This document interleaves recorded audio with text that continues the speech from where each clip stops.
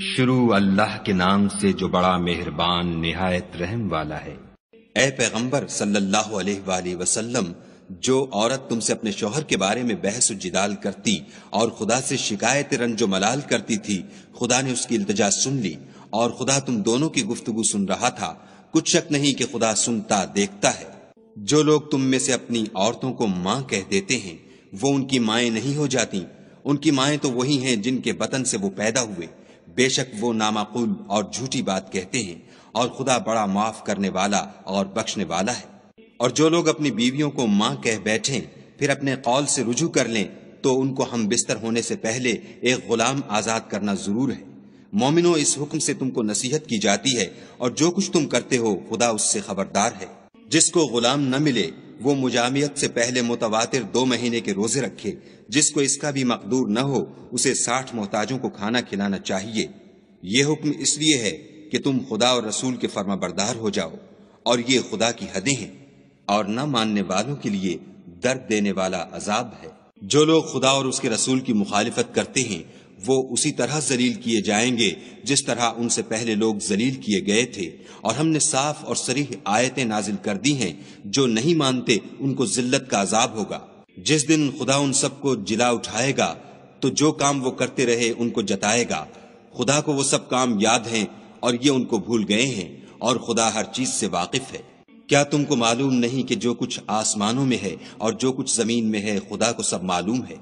کسی جگہ 3 شخصوں کا مجمع اور کانوں میں صلاح و مشورہ نہیں ہوتا مگر وہ ان میں چوتھا ہوتا ہے، اور نہ کہیں 5 کا مگر وہ ان میں چھٹا ہوتا ہے، اور نہ اس سے کم یا زیادہ مگر وہ ان کے ساتھ ہوتا ہے، خواہ وہ کہیں ہوں۔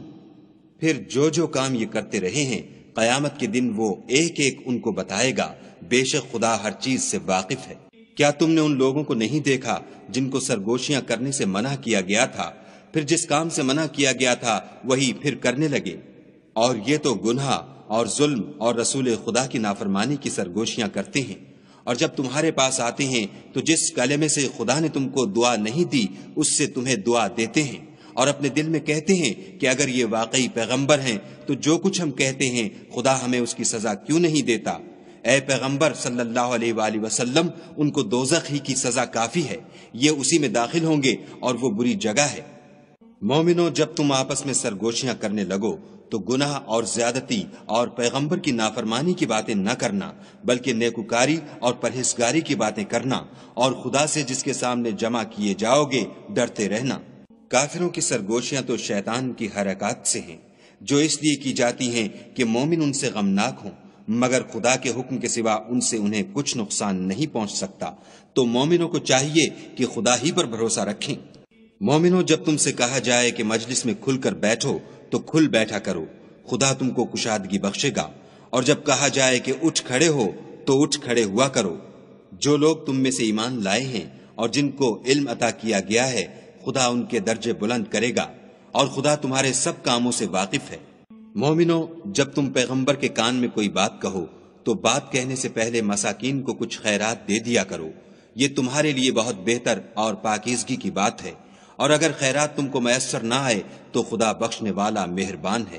کیا تم اس سے کہ پیغمبر کے کان میں کوئی بات کہنے سے پہلے خیرات دیا کرو ڈر گئے؟ پھر جب تم نے ایسا نہ کیا اور خدا نے تمہیں معاف کر دیا تو نماز پڑھتے اور زکوٰۃ دیتے رہو، اور خدا اور اس کے رسول کی فرما برداری کرتے رہو، اور جو کچھ تم کرتے ہو خدا اس سے خبردار ہے۔ بھلا تم نے ان لوگوں کو نہیں دیکھا جو ایسوں سے دوستی کرتے ہیں جن پر خدا کا غضب ہوا؟ وہ نہ تم میں ہیں نہ ان میں، اور جان بوجھ کر جھوٹی باتوں پر قسمیں کھاتے ہیں۔ خدا نے ان کے لیے سخت عذاب تیار کر رکھا ہے، یہ جو کچھ کرتے ہیں یقیناً برا ہے۔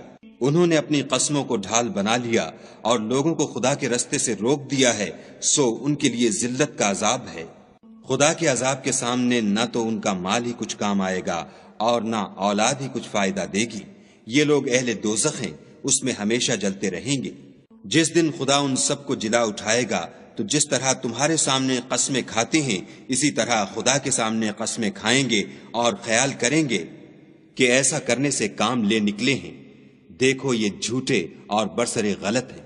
شیطان نے ان کو قابو میں کر لیا ہے اور خدا کی یاد ان کو بھلا دی ہے۔ یہ جماعت شیطان کا لشکر ہے، اور سن رکھو کہ شیطان کا لشکر نقصان اٹھانے والا ہے۔